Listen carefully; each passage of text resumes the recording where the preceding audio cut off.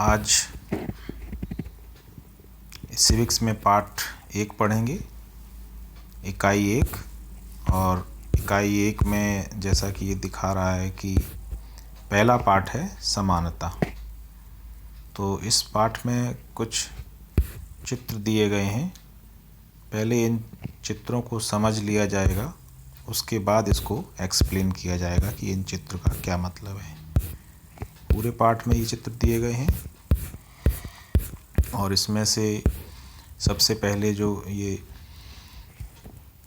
चित्र दिया गया है, ये स्पष्ट है कि कई लोग हैं। छोटे लाल जो हैं ये किसान हैं, मंजीत कौर शिक्षिका हैं, तेजा सिंह व्यापारी, गिरीश राव छात्र हैं, ये स्टूडेंट हैं, और कांता देवी घरेलू कामगार, घर में काम करती हैं। ये सुजाता कुमारी, ये भी घरेलू कामगार हैं।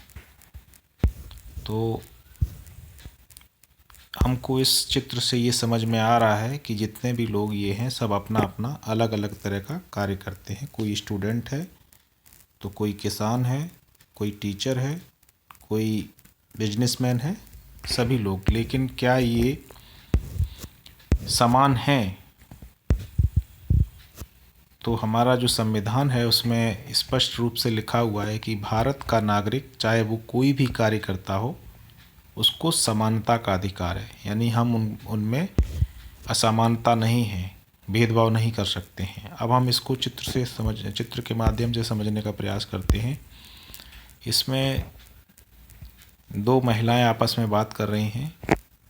कितनी अच्छी बात है, न सुजाता कि सब अपने देश के समान नागरिक के रूप में वोट डाल सकते हैं। जैन साहब भी हमारे साथ इसी लाइन में खड़े हैं। जिनके पीछे ये जो सज्जन दिख रहे हैं, ये जैन साहब हैं, यानी कि इनके यहाँ ये जैन साहब हैं, इनके यहाँ ये महिला कार्य करती है।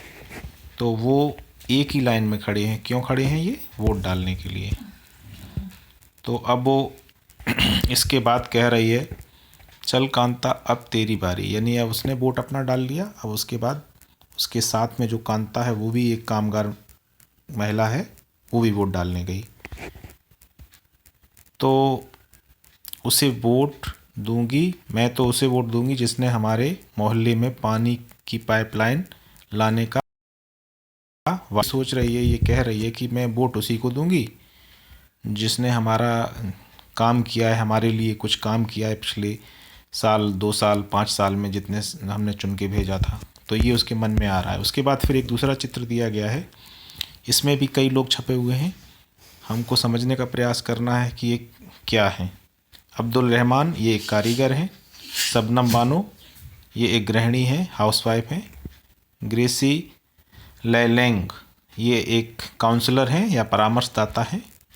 आइजैक लैलेंग, ये भी सरकारी अधिकारी हैं, कोई गवर्नमेंट जॉब करते हैं ये। उसके बाद है रुखसाना मिर्ज़ा, ये कोई प्रेस रिपोर्टर है, मीडिया कर्मी है। योगराज, ये अनएम्प्लॉयड है, यानी कि ये इनको रोज़गार, इनको काम की तलाश है। ये कहीं काम चाहते हैं लेकिन काम है नहीं। तो ये अभी जब तक इनके पास काम नहीं है, इनको बेरोज़गार कहा जाता है, जो कोई काम ना हो जिनके पास। उसके बाद है अशोक जैन, यानी कि ये क्या है? उद्योगपति। ये कोई बड़े बिजनेसमैन हैं, इनकी कोई बड़ी कंपनी है, कोई बड़ी फैक्ट्री, कारखाना, जैसे कार का है या टीवी का या फ्रिज का, इस तरह का कारखाना है। तो ये जितने भी लोग इसमें खड़े हैं, सभी का अपना अपना अलग एक समाज में महत्व भी है। और महत्व के साथ साथ ये आर्थिक दृष्टि से कोई बहुत अमीर है, कोई बहुत गरीब है, कोई सामान्य है, कोई बहुत गरीब है। तो इस तरह का इसमें दिखाया गया। ऐसा भी व्यक्ति है जिसके पास कोई काम ही नहीं है, यानी बेरोजगार है। तो इनको चित्र के माध्यम से समझाने का प्रयास किया गया है। हमको समझना ये है कि ये समाज में, हम दिमाग में हमेशा रखना है जब भी इस पाठ को पढ़ना है, कि ये बात हो रही है समानता की। तो ये समानता या असमानता की बात ध्यान में रखते हुए इन चित्रों को समझने का प्रयास करना है। बाद में आना कांता, जी नमस्ते साहब, यानी उनके जो मालिक हैं वो उससे कह रहे हैं कि बाद में आना, और उसको नमस्कार करके आती है। उसके बाद वो गुड़िया बुखार में पड़ी है और उससे अस्पताल ले जाना है। पर पहले साहब के घर का काम कर आऊँ और उनसे कुछ पैसे उधार ले आऊँ।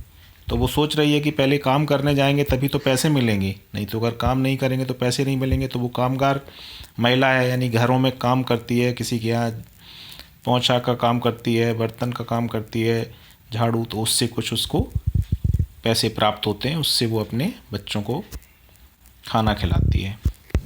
तो अब घर पे आती है तो क्या देखती है, ये पी लो, कुछ अच्छा लगेगा तुम्हें, और मैं जब शाम को लौटूंगी तो अपने अस्पताल चलेंगे, अपन अस्पताल चलेंगे, ठीक है। तो वो कह रही है जब हम शाम को काम करके आएंगे तो तुमको डॉक्टर के पास ले चलेंगे दिखाने के लिए कि तुमको क्यों, क्या तबीयत ख़राब है, क्या समस्या है। उसके बाद ये दिखाया गया है, गुड़िया बार बार बीमार नहीं पड़ेगी तो क्या होगा, इस बस्ती में तो कभी साफ़ सफाई होती ही नहीं। यानी कि इसमें ये एक दृश्य दिखाया गया है जिसमें स्पष्ट रूप से ये है कि इसमें गंदगी को स्पष्ट रूप से दिखाया गया है कि जगह जगह ये गंदगी पड़ी हुई है ना। तो जब ये गंदगी रहेगी तो बीमारियां भी फैलेंगी। ये देखो किस तरह से यहाँ पे कोई सफाई का ध्यान नहीं रखा गया है, जबकि हमने पहले वो देखा था तब उसमें जहाँ ये काम करती थी वहाँ बहुत ही साफ़ सुथरा मोहल्ला था। अब इसमें एक चित्र दिखाया गया है, कोनों को अच्छे से साफ़ करना। अब वो काम कर रही है और जो उसके मालिक और मालकिन हैं वो बैठे हुए हैं और उनको निर्देश दे रहे हैं, उनको ये कह रही है कि अच्छे से करना, कहीं कोई गंदगी न रह जाए। इस तरह का ये दृश्य इसमें दिखाया गया है। और उसके बाद काम करने के बाद क्या होता है, कांता ये ले तेरे पैसे, पर पहले से पैसे मांगने की आदत मत बना, समझी। अब उसकी मालकिन उससे कह रही है कि पैसे तो मैं दे रही हूँ, लेकिन ये पैसे पहले मांगने की जो आदत है इसको नहीं बोलना चाहिए, हम जब मर्जी है तब पैसे देंगे, यानी वो दबाव बनाने का प्रयास कर रही है। उसके बाद वो कहती है जी मैडम नहीं बनाऊंगी, और उसके बाद वो पैसे लेके घर आ जाती है।